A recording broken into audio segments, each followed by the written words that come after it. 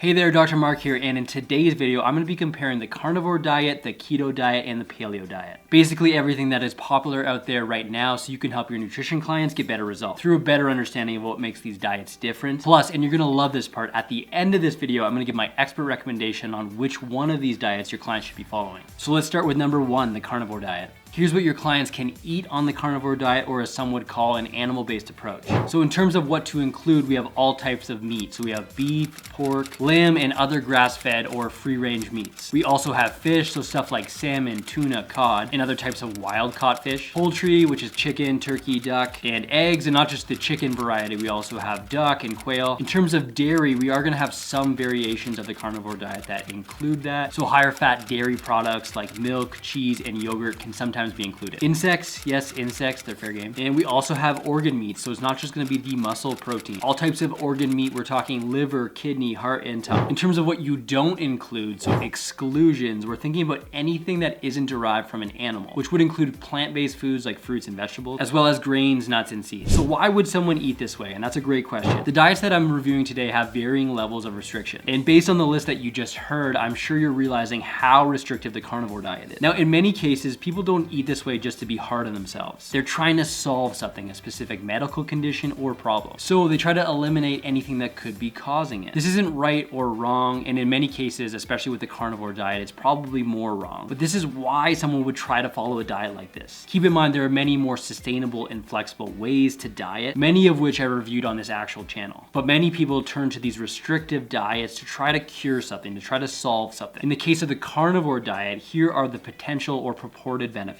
Keep in mind, in this case, I'm gonna say potential benefits, because although this way of eating could help someone, it's not studied very often, mainly because it could be dangerous, and ethically, who would support that? But anyways, for benefits, we'd have weight loss and weight maintenance. Consuming animal source foods are typically higher in protein, which can increase feelings of fullness and satiety and lead to weight loss. In some cases, we may actually have improved nutrient intake. Animal source foods are rich in important nutrients like protein, iron, zinc, vitamin B12, which can improve health and well-being. We also could have improved athletic performance. This one's a bit of a stretch. Total energy levels aside, the high protein content in these diets could help improve muscle mass and strength, which can be beneficial in athletics or anyone engaging in normal physical activity. But, and we're gonna talk about this a little bit later, you probably don't need to eat only meat to do that. Obviously, if you're following the carnivore diet, since your food choices are so limited, it's pretty easy to follow. It's essentially yes or no, can I eat this? But some of the drawbacks of this style of dieting could include high saturated fat intake. This isn't gonna be problematic for everyone, but at a certain level, if you eat too much saturated fat, you're gonna be at a higher risk of heart disease. Increased risk of certain types of cancers. Some studies have linked a higher intake of red meat as well as processed meats to increase risk of certain types of cancer, especially colorectal cancer. And we also have higher cholesterol. Consuming excessive amounts of animal-based products can increase LDL or bad cholesterol levels and lead to an increased risk of heart disease. Outside of that, I don't see many environmental concerns from a small select group of people eating more animal products. But if everyone started to eat this way, it could become problematic. This may seem obvious, but anyone concerned with the ethical concerns around eating meat would not be following this diet. Additionally, people with other medical concerns like kidney stones or gout shouldn't be following the carnivore diet as well. When we think about the overall nutrition of this diet, in most cases, we're gonna see higher levels of protein and fat and very low carbohydrate. Most recommendations are gonna be around 70 to 80% of calories coming from fat, 15 to 30% of calories coming from protein, and 0 to 10% coming from carbohydrate. And although the diet is yes and no in a lot of cases when it comes to food choices, people that are tracking their nutrition while following the carnivore diet are going to make sure they're getting enough energy. Although total energy from this diet will vary from person to person because there's no stipulations around that. If the carnivore diet is starting to sound pretty restrictive, that's because it is. If I think about this from a nutrition coaching perspective, if we want to exclude something in our diets entirely, it has to be because the benefits of this exclusion outweigh the inclusion or keeping it in the diet. Since in this case it means plants and plant-based foods, that exchange, it doesn't really make any sense. Particularly because some of those foods, they are the healthiest foods we can eat. Keep in mind, there are no unbiased medicine or nutrition experts actually recommending the carnivore diet. Anyone that does is typically trying to sell you something. You can usually see their book in the background of their videos. Now, the last thing I want to mention here is that this way of thinking in the current science on the carnivore diet, it may evolve, it may not stay this way forever, but at this point, at this current moment, there's no real reason to recommend the carnivore diet to anyone. This way of eating is definitely not a cure-all, and in many cases, even the right solution for many medical conditions. But with that being said, if someone wants to try it because they believe it will help, then go for it. Let's move on to number 2, the keto diet. Here's what your clients can eat on the keto diet. There's gonna be a big emphasis on healthy fats like olive oil, avocado, coconut oil, butter, cream, and nuts and seeds. Protein sources are gonna be chicken, beef, fish, pork, eggs, and other high protein foods. Here's where things get a little bit different. We're gonna have low carb vegetables, spinach, kale, cauliflower, broccoli, zucchini, and other leafy greens. Other nuts and seeds are included like almonds, macadamia nuts, pumpkin seeds. Dairy can be consumed in the form of cream or cheese or other higher fat dairy options, which we're gonna talk about in a second. And in terms of beverages, water, tea, coffee, and other non-caloric beverages are encouraged. Here's what your clients aren't eating in terms of exclusions. Foods that are restricted on a ketogenic diet include carbohydrate containing foods like grains, fruits, and legumes, as well as added sugars and processed foods. And certain forms of the ketogenic diet might exclude some forms of dairy, nuts, and seeds. Now, you will notice that the keto diet isn't as restrictive as the carnivore diet, but it's still demonizing one thing, and in this case, that's carbohydrates. Sure, they're included in some amounts, but the intent is to eat lower carb to get into the state of ketosis. So some higher carb foods like whole grains, fruits, and vegetables, which are very nutritious, are excluded. So why would someone eat this way? Although if I had to choose between a client doing the carnivore diet and the keto diet, I would pick keto. I still have some concerns, and here they are. At the heart of this diet is the idea that avoiding carbohydrates is gonna solve a bunch of problems, namely obesity and chronic disease, all through decreasing insulin production. But this has never been shown to be necessary in scientific studies. You can get similar results with moderate protein and moderate carbohydrate when the amount of energy in the diet is appropriate. But here's the deal. After working with thousands of nutrition clients, I've learned this. Being helpful is more important than being right. So if someone wants to follow a keto diet because they believe it'll work, it probably will. Here's some of the reasons why someone would do it. The first one is weight loss. By decreasing carbohydrate and increasing fat in the diet, there's typically rapid weight loss associated with eating this way. Some of this is going to be water weight due to the lower carbs, but also fat tissue provided they're in a calorie deficit. We also have improved blood sugar control. In theory, by limiting carbohydrate intake, the ketogenic diet can help improve blood sugar, reducing the risk of type 2 diabetes. We also have increased satiety. If you eat more protein and include better food choices overall, you're gonna feel more full and have a better chance of sticking to the diet. Someone may find that they're also eating more home-cooked meals. Due to the restrictive nature of this diet, someone would probably find themselves preparing more of their own food and eating out less. There are some big drawbacks to eating this way though. We're talking micronutrient deficiencies, particularly vitamin C, potassium, magnesium. The transition to a keto diet can be difficult. Some people even call it the keto flu. These are the symptoms that are experienced when someone first starts the keto diet. Fatigue, headache, nausea. This all happens when you start to adapt to using fat for fuel instead of glucose, as well as the depletion of many electrolytes. Lack of fiber can lead to constipation. With the elimination of whole grains and starchy vegetables, which do provide quite a bit of fiber, this may lead to constipation. Increases in the wrong type of fats. Because you can essentially eat as much fat as you want on the keto diet, many keto dieters might think this is a green light to eat many highly palatable foods. This could lead to eating a huge amounts of saturated fat and trans fat. And although we don't know everything about nutrition, trans fats are definitely something we should limit.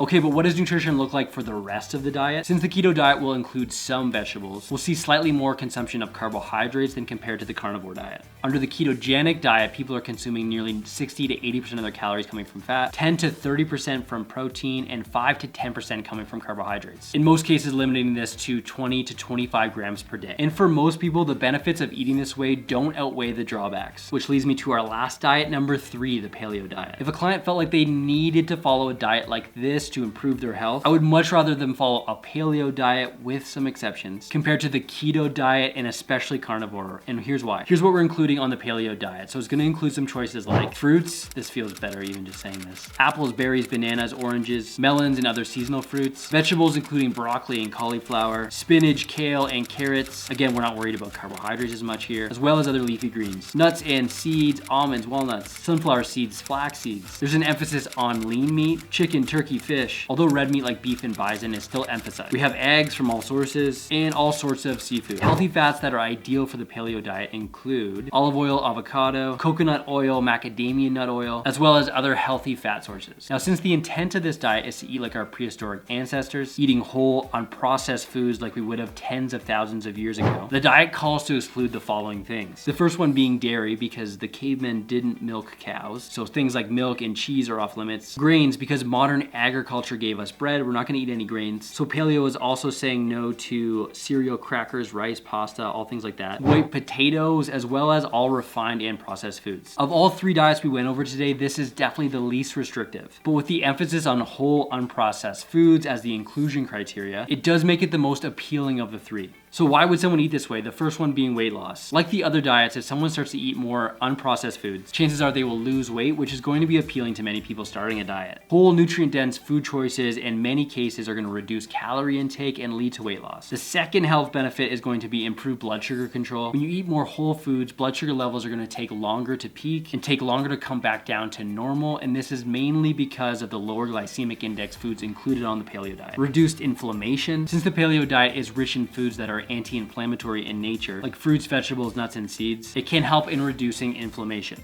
There are some drawbacks to eating this way though, namely limited food choices. Although it's not restrictive as the others, you're still not going to be able to eat something, which means we still are eliminating certain foods and nutrients. Grains, legumes, and dairy is eliminated, which is going to impact many nutrients, micronutrients, and insoluble fiber. The big question here is always going to be, is this really necessary? My take is going to be no, which is also shown in the scientific literature. This meta-analysis reviewed 4 diets, including the paleo diet and the Mediterranean diet, for the effects of the diet on glucose and insulin levels. Now, people following the paleo diet didn't see any significant improvement in any of those parameters. So the researchers concluded that the paleo diet wasn't superior to any of the other options. What does this look like for the overall nutrition of the diet? Paleo diet would be the most balanced of all 3 of these diets today, with the macro breakdown of calories being closer to 30% protein, 40% fat, and 30% coming from carbohydrates. Which leads me to my final recommendations. Remember, when clients are considering different ways of eating and different diets, they often feel like they need to restrict or avoid certain foods to be doing it right, and usually this isn't the case. But depending on what type of problem they're trying to solve or thing they're trying to avoid down the road, they may feel like they need it. So of all 3 of these diets today, a paleo diet would probably be the best, while emphasizing that eating some grains and dairy within that wouldn't be the end of the world. So less black and white thinking around food choice, especially when it leads to eating whole unprocessed foods most of the time. Now, as great as all those tips are, if you're really serious about starting a nutrition coaching business, the next thing I'll have you do is check out this video I've linked up right here. Today we learned about some popular diets, and we're going to stick with hot topics by reviewing the science of gut health. So make sure to check it out now, and I'll see you in the next video.